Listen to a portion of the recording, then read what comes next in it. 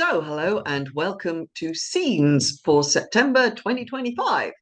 I am still in postdoctoral recovery mode, so please excuse me if I'm still looking a bit glazed, I seem to be unstoppably tired. But I've had a very exciting afternoon. I've just had a lot of fun doing some recording with some of the actors. So here are the little joining interactions between between our we've got 6 scenes and a little bonus for you. So this is a nice big juicy offering to make up for a quiet summer. So first scene coming up in this bout is between Ellie and Larissa, and they wanted to recreate or re-experience one of their scenes from Measure for Measure, because Ellie was our Angelo up in Shakespeare North at the beginning of August, and Larissa was Isabella, and they were phenomenal. They were really, really great. I hope you managed to see and enjoy the little snippets that I posted. Tiny taste, but amazing stuff. And they said, we want to do that again for scenes. And I was like, yes, please. Which also helped to set the theme for this month's photo scenes, which is basically persuasion. People trying to talk people into things they really don't want to do. Amazing how many of those there are in Shakespeare. So first we have Ellie and Larissa as Angelo and Isabella from Measure for Measure. When I would pray and think, I think and pray to several subjects. Heaven hath my empty words, whilst my invention, hearing not my tongue, anchors on Isabel. Let's write good angel on the devil's horn. How now? Who's there? Oh, heavens. What does my blood thus muster to my heart? How now, fair maid? I am come to know your pleasure. That you might know it would much better please me than to demand what is. Your brother cannot live. Even so, heaven keep your honor. Yet, may he live a while, and it may be as long as you or I. Which you do rather? That the most just law now took your brother's life, or to redeem him, give up your body to such sweet uncleanness as she that he hath stained. Believe this, I'd rather give my body than my soul. I talk not of your soul. How say you? Answer to this. I, now the voice of the recorded law, pronounce a sentence on your brother's life. Might there not be a charity in sin to save this brother's life? Please you to do it. I'll take it as a peril to my soul. It is no sin at all, but charity. Please you to do it at peril of your soul were equal poise of sin and charity. That I do beg his life. If it be sin, heaven let me bear it. Your sense pursues not mine. Either you are ignorant, to be received plain, I'll speak more gross. Your brother is to die. So, admit no other way to save his life, as I subscribe not that, nor any other, but in the loss of question than you, his sister, finding yourself desired of such a person whose credit with the judge or own great place could fetch your brother from the manacles of the all-building law, and that there were no earthly mean to save him. But you must lay down the treasures of your body to this supposed. What would you do? As much for my poor brother as myself.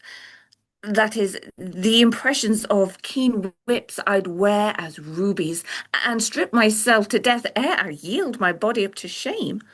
Then must your brother die. Better it were a brother died at once than a sister, by redeeming him, should die forever. You seem to have late to make the law a tyrant, and rather prove the sliding of your brother a merriment than a vice. Oh, Pardon me, my lord, it all falls out to have what we would have. We speak not what we mean. Aha. Women are frail too. Aye, as the glasses where they view themselves, which are as easy broke as they make form. Women, nay, call us 10 times frail, for we are as soft as our complexions are. I do arrest your words.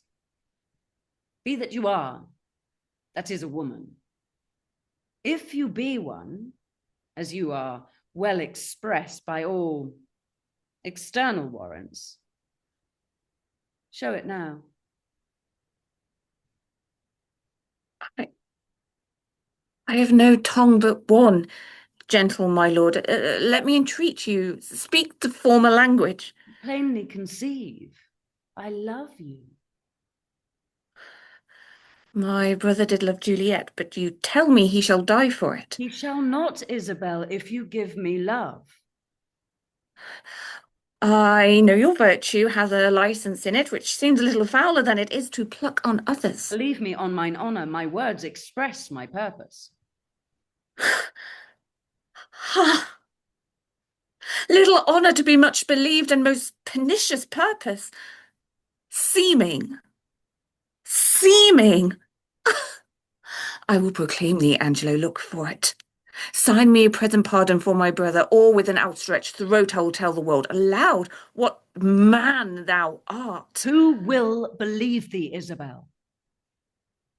My unsoiled name, the austereness of my life, my vouch against you, and my place in the state will so your accusation overweigh that you shall stifle in your own report and smell of calumny. I have begun, and now I give my sensual race the rein. Fit thy consent to my sharp appetite, lay by all nicety and prolixous blushes that banish what they sue for, redeem thy brother by yielding up thy body to my will, or else he must not only die the death, but thy unkindness shall his death draw out to lingering sufferance. Answer me tomorrow,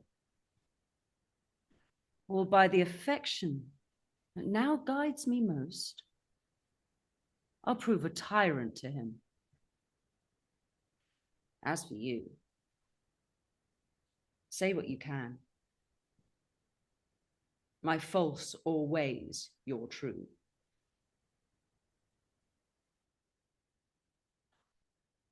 To whom should I complain? Did I tell this, who would believe me? Oh, perilous mouths that bear in them one and the self-same tongue, either of condemnation or a proof, bidding the law make curtsy to their will, hooking both right and wrong to their appetite to follow as it draws. Oh, to my brother, though he hath fallen by prompture of the blood, yet hath he in him such a mind of honour that, had he 20 heads to tender down on 20 bloody blocks, he'd yield them up before his sister, should her body stoop to such abhorred pollution. Then Isabel live chaste, and brother die. More than our brother is our chastity. I'll tell him yet of Angelo's request, and fit his mind to death for his soul's rest. Okay, so second scene, here we go. We're going into one that's, we're doing a few that are really classic and a few that are really rare. So we're doing one next from Edward III,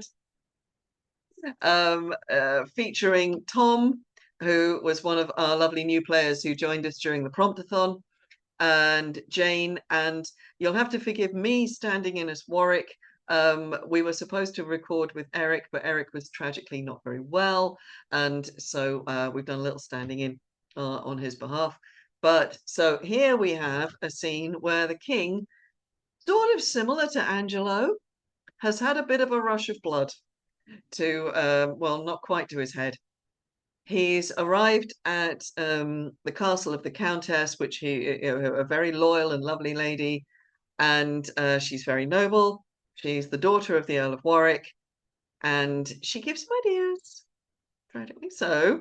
Here we are with a scene from Edward III with Tom, Jane, and me.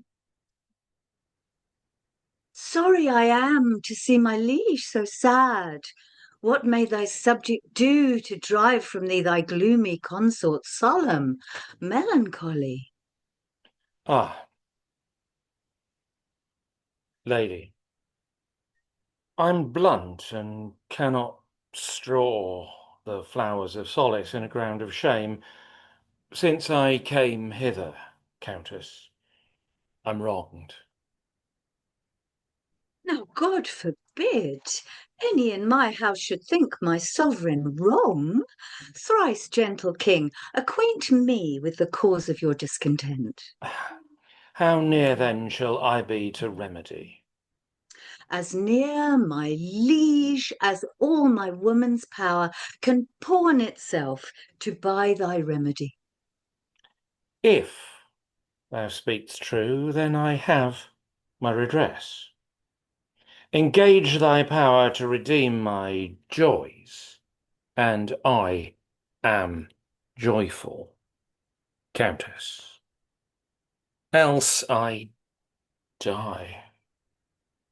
I will, my liege. Swear, Countess, that thou wilt.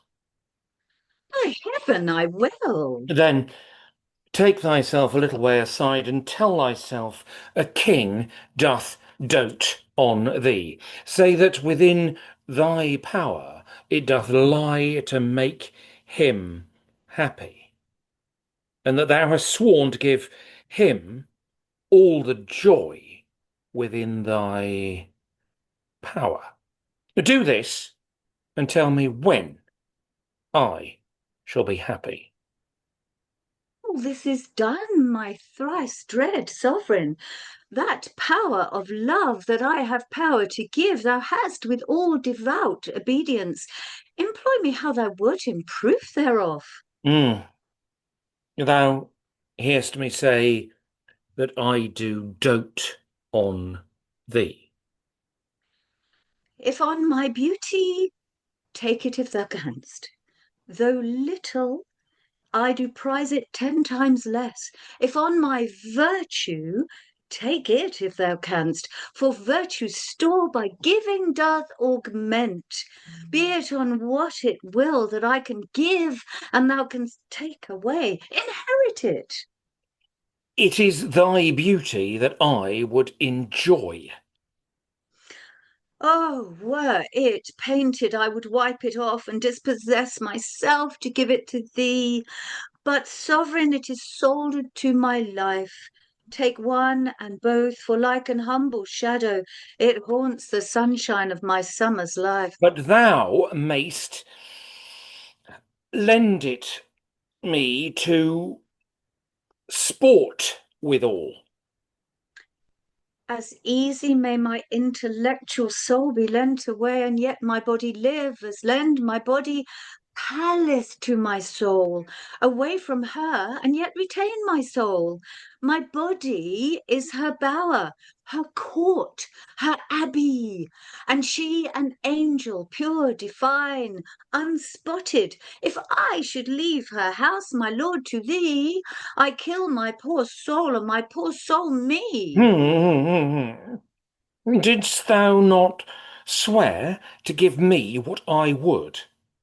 I did, my liege, and so what you would I could. I wish no more of thee than thou mayst give, nor beg I do not, but rather buy, that is, thy love. And for that love of thine, in rich exchange, I tender to thee mine.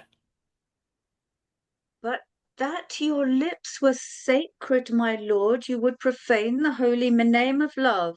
That love you offer me, you cannot give, for Caesar owes that tribute to his queen. That love you beg of me, I cannot give, for Sarah owes that duty to her lord.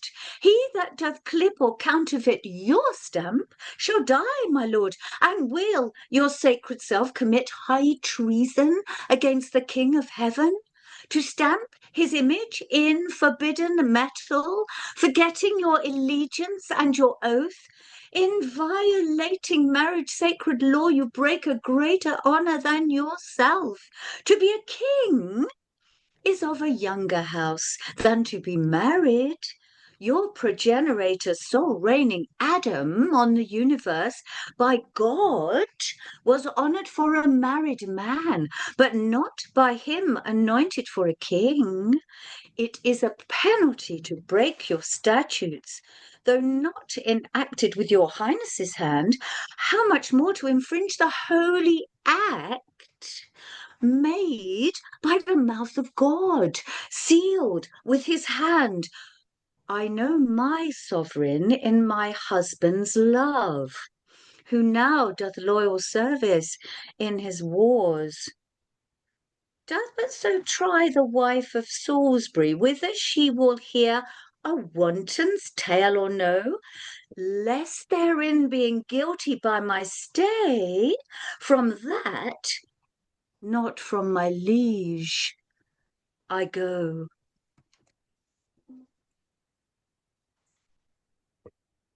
Whether it's her beauty, by her words divine, or are her words sweet chaplains to her beauty, like as the wind doth beautify a sail, and as a sail becomes the hidden wind, so do her words, her beauties,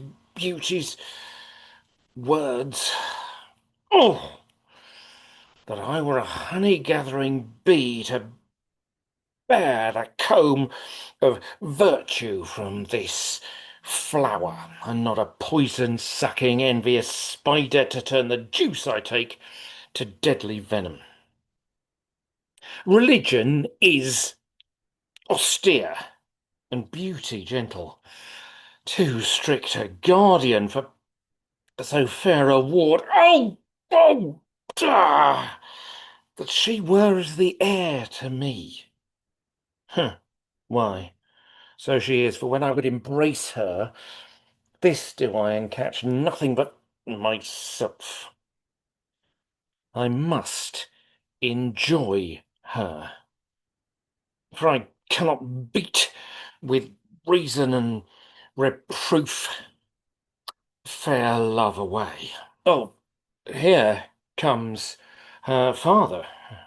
I'll work with him to bear my colours in this field of love. How is it that my sovereign is so sad? May I, with pardon, know your highness' grief, and that my old endeavour will remove it. It shall not cumber long your majesty. Kind and voluntary gift thou profferest, that I was forward to have begged of thee, but, oh, thou world, great nurse of flattery, why dost thou tip men's tongues with golden worlds to ease their deeds with weight of heavy lead, that fair performance cannot follow promise? Ugh, that a man might hold the heart's close book and choke the lavish tongue when it doth utter the breath of falsehood not charactered there. Far be it from the honour of my age that I should owe bright gold and render lead. Age is a cynic, not a flatterer.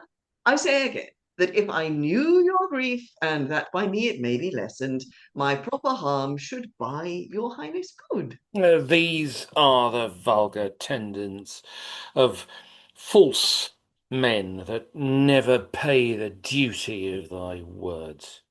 Thou wilt not stick to swear what thou hast said, but when thou knowest my grief's condition, the rash disgorged vomit of thy word, thou wilt eat up again, and leave me helpless. By heaven, I will not. Though your majesty did bid me run upon your sword and die. Say that my grief is in no way medicinable, but by the loss and bruising of thine honour.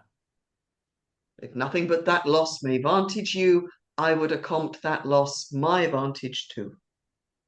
Think'st thou that thou canst unswear thy oath again?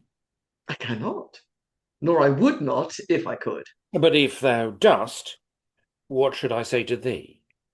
What may be said to any perjured villain that breaks the sacred warrant of an oath?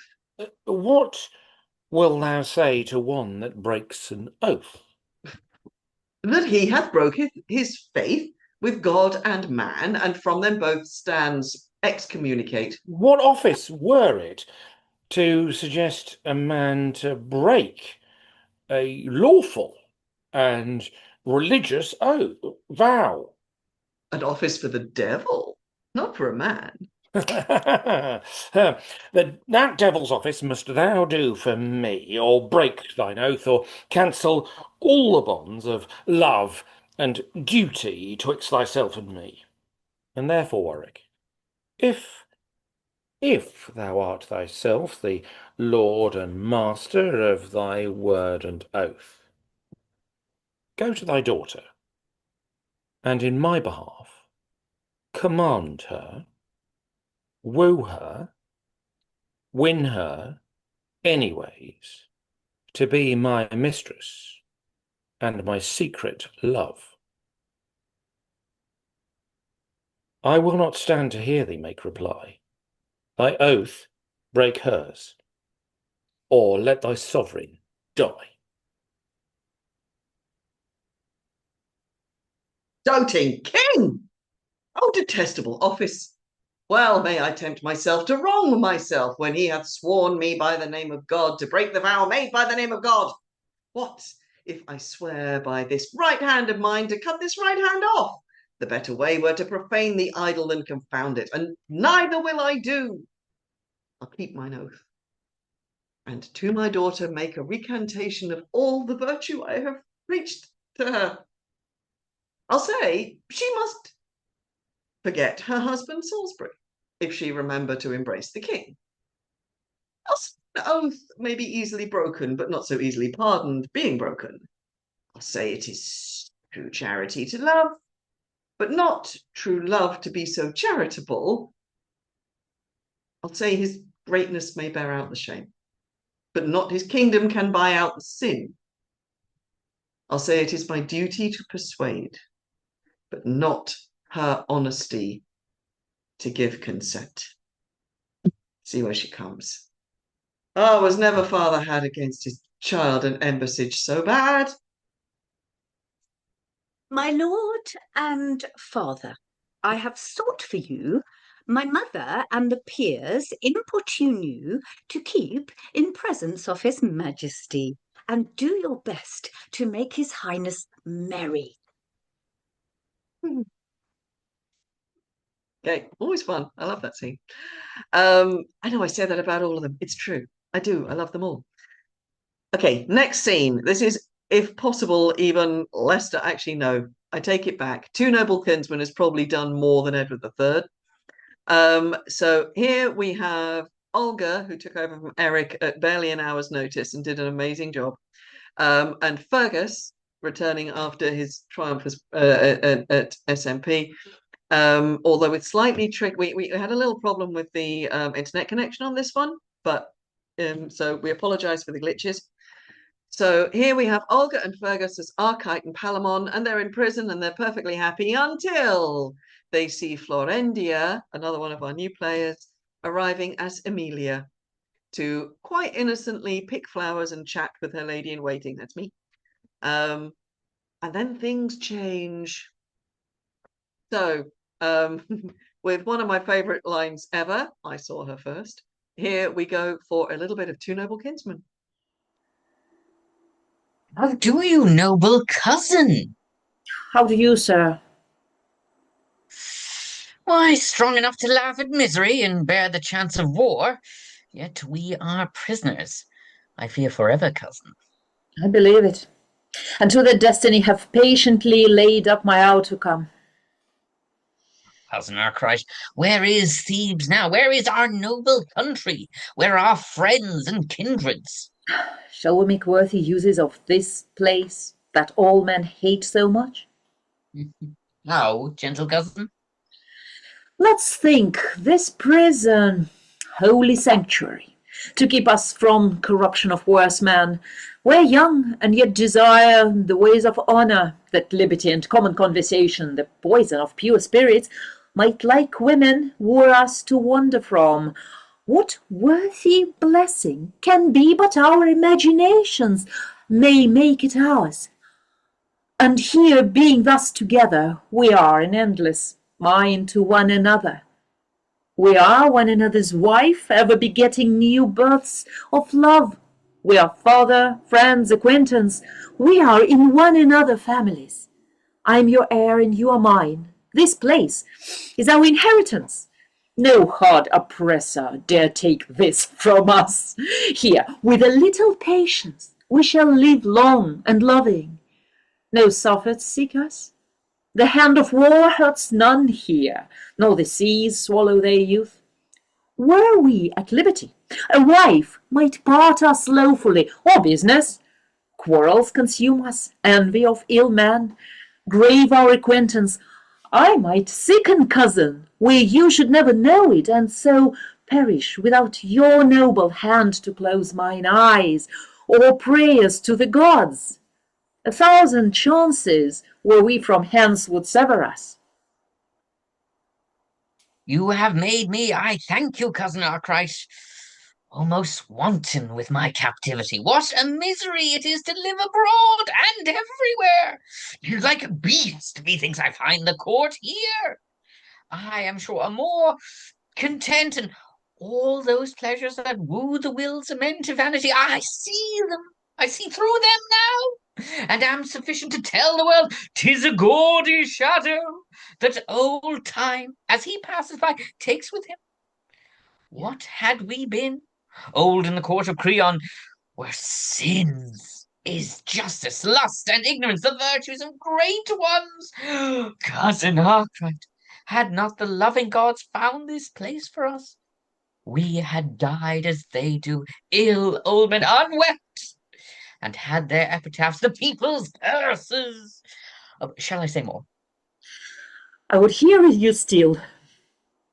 You shall. Is there record of any two that loved better than we do, Arkwright?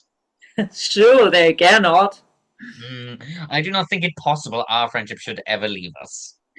Till our deaths it cannot, and after death our spirits shall be led to those that love eternally.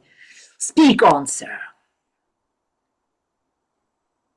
Skardon has a world of pleasures in it. What flower is this? It's called Narcissus, madam.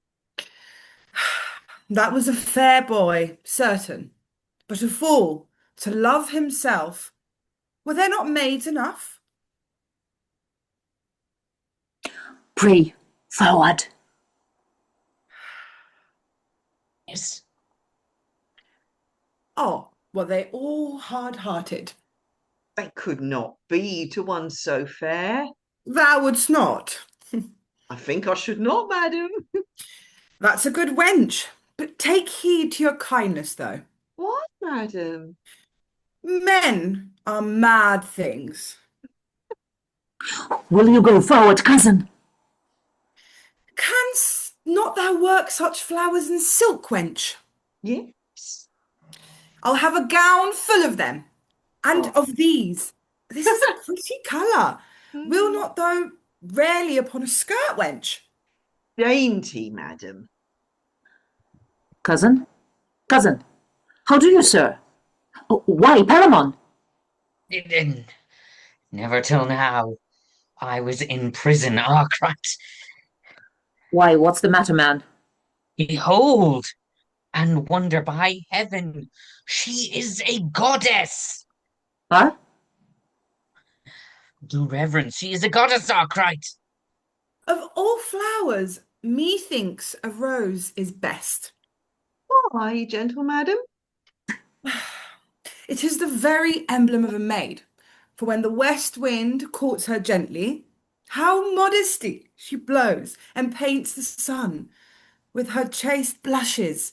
When the north comes near her, rude and impatient then, like chastity, she locks her beauties in her bud again and leaves him to base briars. Good madam, sometimes her modesty will blow so far she falls for it. A maid, if she have any honour, would be loath to take example by her. Thou art wanton. She's wondrous fair. Is beauty extant? The sun grows high. Let's walk in. Keep these flowers. We'll see how near art can come near their colours. I am wondrous merry-hearted. I could laugh now. I could lie down, I'm sure. And take one with you. That's as we bargain, madam. Well, agree then. What think you of this beauty? 'Tis a rare one. Isn't it but a rare one? Yes, a matchless beauty. Might not a man well lose himself and love her? I cannot tell what you have done. I have. Beshrew my eyes, for now I feel my shackles.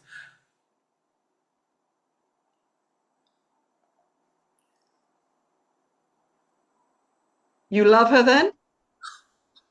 Who would not? And desire her? Before my liberty. I saw her first, That's nothing. but it shall be. I saw her too. Yes, but you must not love her. I will not as you do, to worship her, as she is heavenly and a blessed goddess. I love her as a woman, to enjoy her, so both may love. You shall not love her you shan't love at all. Not love at all? Who shall deny me? I that first saw her, I that took possession, first with mine eyes, of all those beauties in her revealed to mankind. If thou losest her, or entertainest a hope to blast my wishes, thou art a traitor, Arkwright, and a fellow false to thy title to her, friendship, blood, and all the ties between us I disclaim, if thou once think upon her. Yes, I love her, and if she lives in all my name lay on it, I must do so. I love her with my soul. If that will lose you, farewell, Palamon. I say again, I love, and in loving her maintain, I am as worthy and as free a lover, and have as just a title to her beauty as any Palamon, or any leaving that is a man's son. Have I called? Yes. Befriend? Yes, and have found me so. Why are you moved thus? Let me deal coldly with you. Am not I part of your blood, part of your soul? You have told me that I was Palamon and you were Arkwright. Yes. Am not I liable to those affections, those joys, griefs, angers, fears my friend shall suffer? Yea, may be. Why then, would you deal so cunningly, so strangely, so unlike a noble kinsman, to love alone? Speak truly. Do you think me unworthy of her sight? No, but unjust if thou pursuest that sight. Because an other first sees the enemy, shall I stand still and let mine honor down and never change? Yes, if he be but one. But say that one had rather combat me. Let me one say so, and use thy freedom, else if thou pursuest her, be as thou the cursed man that hates his country, a branded villain. You are mad. I must be. Till thou art worthy, Arkwright, it concerns me, and in this madness, if I hazard thee and take thy life, I deal but truly. Fie, sir, you play the child extremely. I will love her. I must. I ought to do so. And I dare. And all this justly.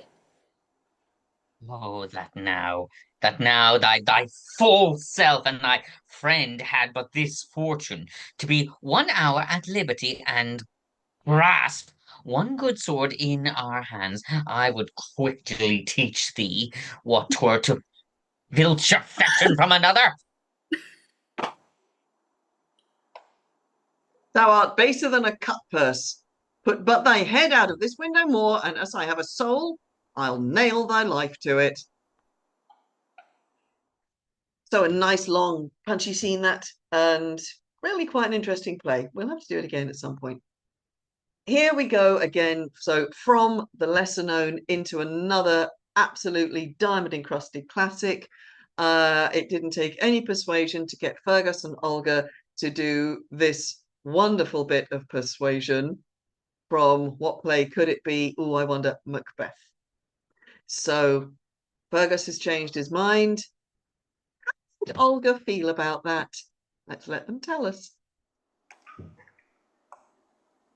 I have no spurs to prick the sides of my intent, but only vaulting ambition, which overleaps itself and falls on the other.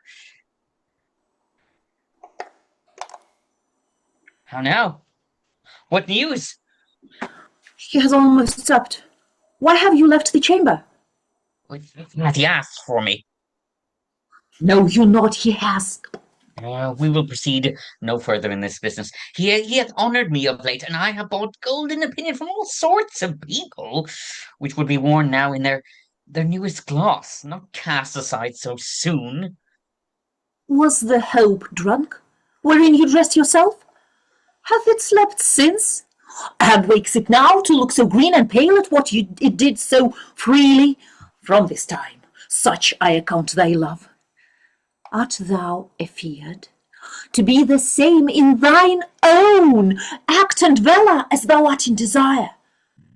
Wouldst thou have that which thou esteemest the ornament of life, and live a coward in thine own esteem, letting I dare not wait upon I would, like the poor cat in the adage? Prithee, peace. I dare do all that may become a man. Who dares more is none. What beast was't then that made you break this enterprise to me? When you durst do it, then you were a man. And to be more than what you were, you would be so much more than man. Nor time nor place did then adhere, and yet you would make both. They have made themselves, and that their fitness now does unmake you. I have given suck, and know how tender 'tis to love the babe that milks me. I would, while it was smiling in my face, have plucked my nipple from his boneless gums and dashed the brains out, had I so sworn as you have done to this. If we should fail. We fail, but screw your courage to the sticking place and will not fail.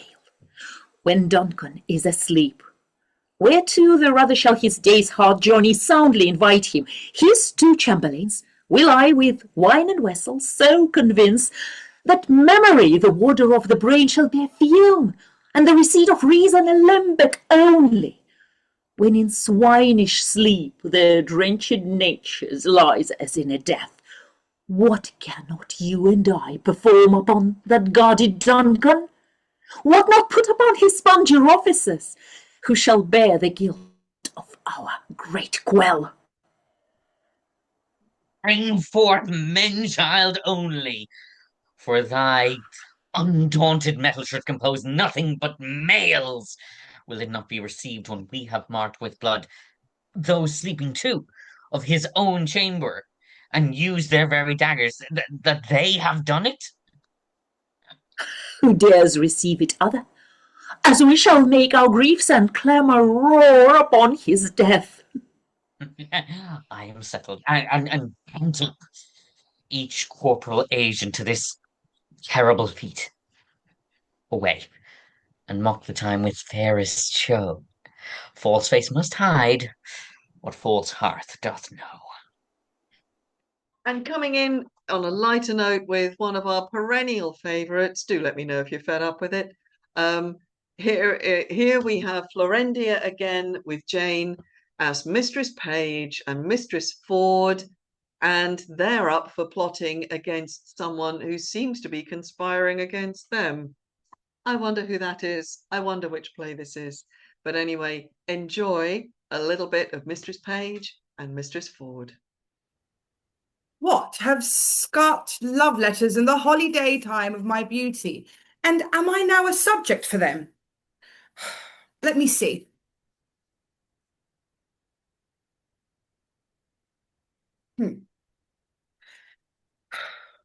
Ask me no reason why I love you. For though love use reason for his precision, he admits him not for his counsellor. You are not young, no more am I. Go to then, there's sympathy. You are merry, so am I. Ha ha. Then there's more sympathy. You love sack, and so do I. Would you desire better sympathy? Let it suffice thee, Mistress Page, at the least if the love of soldier can suffice.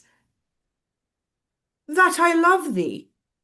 Oh, I will not say pity me, 'tis not a soldier-like phrase, but I say love me. By me, thine own true knight, by day or night, or any kind of light, with all his might for thee to fight. John Falstaff. Oh, wicked, wicked world! One that is well nigh worn to pieces with age, to show himself a young gallant. But an unweighed behaviour had this Flemish drunkard picked with the devil's name out of my conversation, that he dares in this manner assay me. Why, he hath not been thrice in my company. What should I say to him? Why, I'll exhibit a bill in the Parliament for the putting down of men. How shall I be revenged on him? For revenged I will be, as sure as his guts are made of puddings.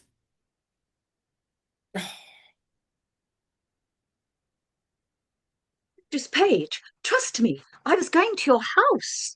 And trust me, I was coming to you. Oh, you look very ill. Nay, I'll ne'er believe that. I have to show to the contrary. Faith, but you do in my mind. Well, I do then. Yet I say I could show you the contrary. Oh, Mistress Page, give me some counsel. What's the matter, woman? Oh, woman, if it were not for one trifling respect, I could come to such honour. Hang the trifle, woman, take the honour. What is it? Dispense with trifles. What is it? If I would go to hell for an eternal moment or so, I could be knighted. What thou liest, Sir Alice Ford. We burn daylight. Here, read, perceive how I might be knighted. I shall think the worse of fat men. His words do no more adhere and keep place together than the 100 psalms to the tune of Greensleeves. What tempest, I trow, through this whale, with so many tons of oil in his belly, ashore at Windsor? How shall I be revenged on him? I think the best way were to entertain him with hope, till the wicked fire of lust have melted him in his own grease. Did you ever hear the like? Letter for letter, but that the name of Page and Ford differs. To thy great comfort in this mystery of ill opinions, here's the twin brother of thy letter. But let thine inherit first, for I protest mine never shall. I warrant he had 1,000 of these letters, writ with blank space for different names. Sure, more. I had rather be a giantess and lie under Mount Pelion. Well, I will find you 20 lascivious turtles ere one chaste man. Taste. Why, this is the very same, the very hand, the very words. What does he think of us? Nay, I know not. It makes me almost ready to wrangle with mine honesty. For sure, unless he knows some strain in me that I know not in myself, he would never have boarded me in this fury. Boarding, you call it. I'll be sure to keep him above check. Oh, so will I. If he come under my hatches, I'll never to see again. Let's be revenged on him. Let's appoint him a meeting. Give him a show of comfort in his suit. Ah, nay, I will consent to act any villainy against him that may not sully the chariness of our honesty. Oh, that my husband saw this letter, it would give eternal food to his jealousy. Why, look where he comes, and my good man too. He's as far from jealousy as I am from giving him cause, and that, I hope, is an unmeasurable distance. You are the happier woman. Let's consult together against the greasy night. Come hither. And because we're not quite over yet, here is one final scene between Jenny and me, this time from another slightly rarer play, Two Gentlemen of Verona, where we have to have a little plot and a little plan for how Julia might manage to find her way to the arms of her beloved Proteus. And frankly, what could possibly go wrong with that? I wonder. Anyway, so here we are as lady and lady in waiting, and let's see how that works out. Counsel, Lucetta, gentle girl, assist me, and even in kind love I do conjure thee, who art the table wherein all my thoughts are visibly charactered and engraved, to lesson me, and tell me some good mean how, with my honour, I may undertake a journey to my loving Proteus. Oh, alas, the way is wearisome and long. A true devoted pilgrim is not weary to measure kingdoms with his feeble steps, much less shall she that hath love's wings to fly. And when the flight is made to one so dear, of such divine protection as so. Better forbear, till Protheus make return. Oh, knowst thou not his looks are my soul's food? Pity the dearth that I have pined in, by longing for that food so long a time. Didst thou but know the inly touch of love, thou wouldst as soon go kindle fire with snow as seek to quench the fire of love with words. I do not seek to quench your love's hot fire, but qualify the fire's extreme rage, lest it should burn above the bounds of reason. Thou damn'st it up, burns. Current that with gentle murmurs glides, thou knowest, being stopped impatiently doth rage. But when his fair course is not hindered, he makes sweet music with the enamelled stones, giving a gentle kiss to every sedge, and he overtaketh in his pilgrimage. And so by many winding nooks he strays, with willing sport to the wild ocean. Then let me go, and hinder not my course. I'll be as patient as a gentle stream, and make a pastime of each weary step, till the last step have brought me to my love. And there I'll rest, as after much turmoil a blessed soul doth in Elysium. But in what habit will you go along? Not like a woman, for I would prevent the loose encounters of lascivious men. Gentle Lucetta, fetch me with such weeds as may beseem some well-reputed page. Why then, your ladyship must cut your hair. No, girl, I'll knit it up in silken strings with 20 odd conceited true love knots to be Fantastique may become a youth of greater time than I shall show to be. What fashion, madam? Shall I make your breeches? That fits as well as tell me, good my lord, what compass will you wear your farthingale? Even what fashion thou best likes, Lucetta. You needs must have them with a codpiece, madam. Sir? Good. A round hose, madam? Now it's not worth a pin unless you have a codpiece to stick pins on. Lucetta, as thou loves me, let me have what thou thinkst meet and is most mannerly. But tell me, wench, will the world repute me for undertaking so unstayed a journey? I fear me it will make me scandalized. If you think so, then stay at home and go not. Nay, that I will not. Then never dream on infamy, but go. If Protheus like your journey when you come, no matter who's displeased when you are gone, I fear me he will scarce be pleased withal. That is the least, Lucetta, of my fear. 1,000 oaths, an ocean of his tears, and instances of infinite love warrant me welcome to my Proteus. All these are servants to deceitful men. Ye base men that use them to so base effect. But truer stars to govern Protheus' birth than his words are bonds, his oaths are oracles, his love sincere, his thoughts immaculate, his tears pure messengers sent from his heart as far from fraud as heaven from earth. Oh, pray heaven he proves so when you come to him. Now, as thou lovest me, do him not that wrong to bear a hard opinion of his truth. Come, answer not. But to it presently, I should have my talents.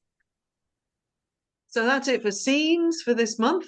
There is one little extra treat coming up right at the end here, because behind the scenes we have some animal members of the company who we may not necessarily have met, but who we are all acquainted with. Olga's dogs, particularly over in Moscow, have made their opinions felt and shown their faces on camera several times. Rather sadly, a few weeks ago, Olga lost one of her dogs. And just after we finished filming for the Two Noble Kinsmen scene, she said, "Do you want to meet the new puppy?" And it was like, well, of course we do. So here is Olga's new, extremely fluffy, extremely cute little white puppy. You're welcome. Hello. Do you want me to talk about you now? Okay. Hello, everyone. So here's a little extra treat. We've got a new puppy in the family. A new puppy, yes. His name is Glennon. Oh, he's Lennon. Glennon, yes. Aww. Very good. Yeah, and he's German Spitz. Aww. Only 3 months old now, just a couple of weeks in my home. He was A very little- big and fluffy. Yeah, a little sleepy at the moment. He was playing around half of the day, and now he's a bit tired. Oh. He's When we quite do Midsummer big. Crabs monologue, you should definitely bring him along. Absolutely, yes. Yeah, Well, there we go. And I've got 2 now, so I can audition for. They can audition for the best dog. well, that one's definitely the fluffiest. Of course, he is very fluffy. Oh, well done, Olga. I'm glad you got a new one. Thank Well you. done. And just as I'm talking about animal members, oh, she's hopping off now. Just as I was doing the introduction about the puppy, Pushkin came and tried to get on my lap. So you heard me talking to her. That's why. She's not terribly well just at the moment. She's got a cone on, so I won't show you. But if she might stick her head back in. But anyway, another one of our animal members is present. So that's the end of scenes. Hope you enjoyed. All recorded, but all recorded live. Nobody ever gets more than one go unless something utterly cataclysmic happens. So we keep in with our own rules when we do this, even though it's recorded. thank you for your continued patronage. I hope you enjoy the plays that we put on for the rest of this year. In 3 weeks or so, it's going to be Arden of Faversham. So a non-Shakespeare by popular demand. Half the company wants to do this one, and a new play to us. So goodness knows what's going to happen as ever. If you're still watching, then here is an opportunity to get involved. I'm looking for a suggestion for a play for October, because I've decided to rearrange the running order for next year and bunk that play into the beginning of next year, because it's Robin Hood Part 2, and we're also doing King John next year. And I thought, well, why don't we do all the King John plays together? King John, Robin Hood 1, Robin Hood 2. So I've now got a gap. Is there a play you'd like to have on in October? Preferably one we've already done, but it could be any of them. Yeah, Shakespeare and contemporaries, whatever you like. So one that we haven't done, one that you'd like to see. Okay, thank you very much. And I look forward to entertaining you all very soon with Arden of Faversham. So our best wishes as ever. Thank you very much, and we'll see you soon.